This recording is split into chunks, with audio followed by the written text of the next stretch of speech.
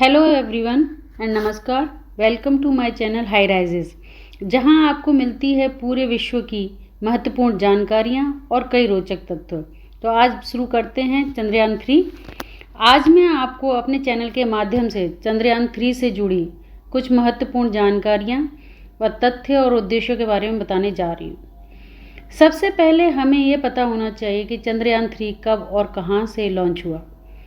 तो मैं बताती हूँ कि चंद्रयान 3 सतीश धवन अंतरिक्ष केंद्र शार के श्रीहरिकोटा रेंज से 14 जुलाई 2023 को भारतीय समय अनुसार दोपहर 2:35 पर लॉन्च हुआ है, जो कि 23 अगस्त 2023 को भारतीय समय अनुसार शाम 6:04 के आसपास सफलतापूर्वक चंद्रमा के दक्षिणी ध्रुव पर उतर चुका है।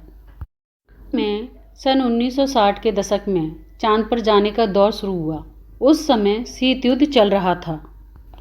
सन 1969 में यूनाइटेड स्टेट ने अपने पहले मानव मिशन को चंद्रमा पर भेजा। इस मानव मिशन पर नील आर्मस्ट्रॉन्ग व बज एल्ड्रिन को भेजा गया, जो कि चंद्रमा की सतह पर कदम रखने वाले पहले अंतरिक्ष यात्री बने। ये दोनों अमेरिका के मूल निवासी थे। सन 1960 से लेकर सन 1970 तक सोवियत संघ व अमेरिका द्वारा लगभग 60 मिशन चांद पर भेजे गए। सन 1972 में अमेरिका का यह चांद पर आखिरी मानव मिशन था, जिसके अंतरिक्ष यात्री जीन कर्नन थे। सन 1960 से लेकर 1970 तक जितने भी मिशन चांद पर गए या भेजे गए, उनका उद्देश्य सिर्फ अपने देश का शक्ति प्रदर्शन करना था। ये सभी मिशन उद्देश्यहीन व महंगे थे। ये देश अपना शक्ति प्रदर्शन इसलिए दिखा रहे थे क्योंकि इस समय सोवियत रूस और संयुक्त राज्य अमेरिका के बीच तनाव की स्थिति थी। इसी तनाव की स्थिति को शीत युद्ध का नाम दिया गया। शीत युद्ध किसे कहते हैं, थोड़ा इसके बारे में भी जान लेते हैं। शीत युद्ध एक प्रकार का वाक युद्ध था, जो पत्र पत्रिकाओं, रेडियो तथा प्रचार साधनों तक ही लड़ा गया। इस युद्ध में न तो कोई गोली चली, ना ही कोई घायल हुआ।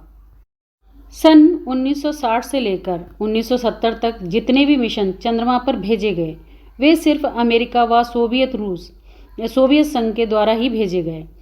परंतु सन 2010 के बाद इस प्रतिस्पर्धा में और भी कई देश शामिल हो गए, जैसे भारत, रूस, अमेरिका, चीन, इजराइल, जापान, यूएई और सऊदी अरब जैसे देश।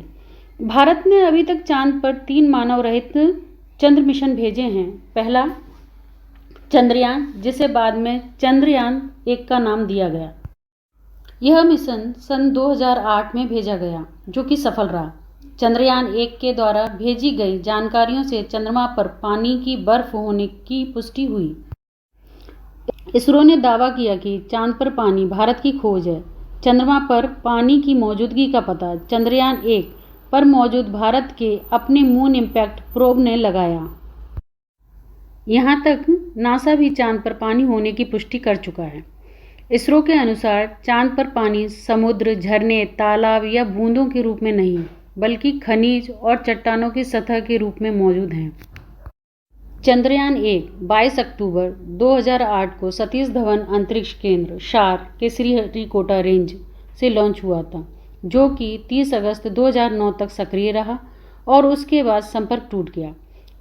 इस समय भारत चंद्रमा की सतह पर अपना झंडा लगाने वाला चौथा देश बन गया। अब बात कर लेते हैं चंद्रयान 2 की। चंद्रयान 2 22 जुलाई 2019 को लॉन्च हुआ। यह भी श्रीहरिकोटा रेंज से लॉन्च हुआ था। यह असफल रहा। चंद्रयान 3 का तीसरा मिशन था चंद्रयान 3, जिसकी चर्चा हम कर रहे हैं। और अब इसकी हम चुनौतियों के बारे में बात कर लेते हैं, और हम ये भी बात कर लेते हैं कि आखिर दक्षिणी ध्रुव ही क्यों चुना गया। जैसा कि हम सभी जानते हैं, चंद्रमा की सतह काफ़ी उबड़ खाबड़ है। यहाँ पर बहुत बड़ी बड़ी चट्टानें व गहरे गड्ढे हैं। इसके अलावा यहाँ अंधेरा का तापमान लगभग -300 डिग्री है और कभी कभी इससे भी नीचे चला जाता है। वह भूकंप के झटकों की संभावना अक्सर बनी रहती हैं, जो चंद्र मिशन को बहुत मुश्किल बनाती हैं। लेकिन यही चुनौतियां अवसरों की भी संभावनाएं तलाशती हैं। इन चुनौतियों को देखते हुए चांद के दक्षिणी ध्रुव पर वैज्ञानिक सामग्री होने की संभावना अधिक है। इसके अलावा मुख्य रूप से चांद पर जल के अनुमानित भंडार हैं। यही वजह है कि इसरो के वैज्ञानिकों ने यहाँ पर मिशन पहुँचाने में अपनी रुचि दिखाई है। अब चंद्रयान 3 के उद्देश्यों के बारे में बात कर लेते हैं। तो इसका पहला उद्देश्य था लैंडर को चंद्रमा की सतह पर सुरक्षित और सॉफ्ट लैंडिंग कराना। दूसरा, चंद्रमा पर रोवर की विचरण क्षमताओं का अवलोकन और प्रदर्शन करना।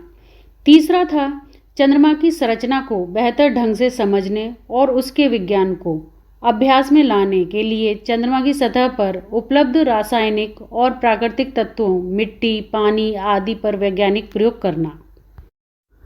तो अब हमने इस वीडियो के थ्रू हमने जाना चंद्रमा के बारे में, चंद्रमा की पृष्ठभूमि के बारे में, उसके सामने क्या क्या चुनौतियां आई, उनके क्या उद्देश्य हैं, उन सब के बारे में हमने जानकारी ली और आशा करती हूँ कि आप लोगों को भी पसंद आई होगी। यह जानकारी आपके लिए बहुत हेल्पफुल होगी आगे के लिए या किसी कंपटीशन के लिए, और आशा करती हूँ आप सबको अच्छी लगी होगी। धन्यवाद।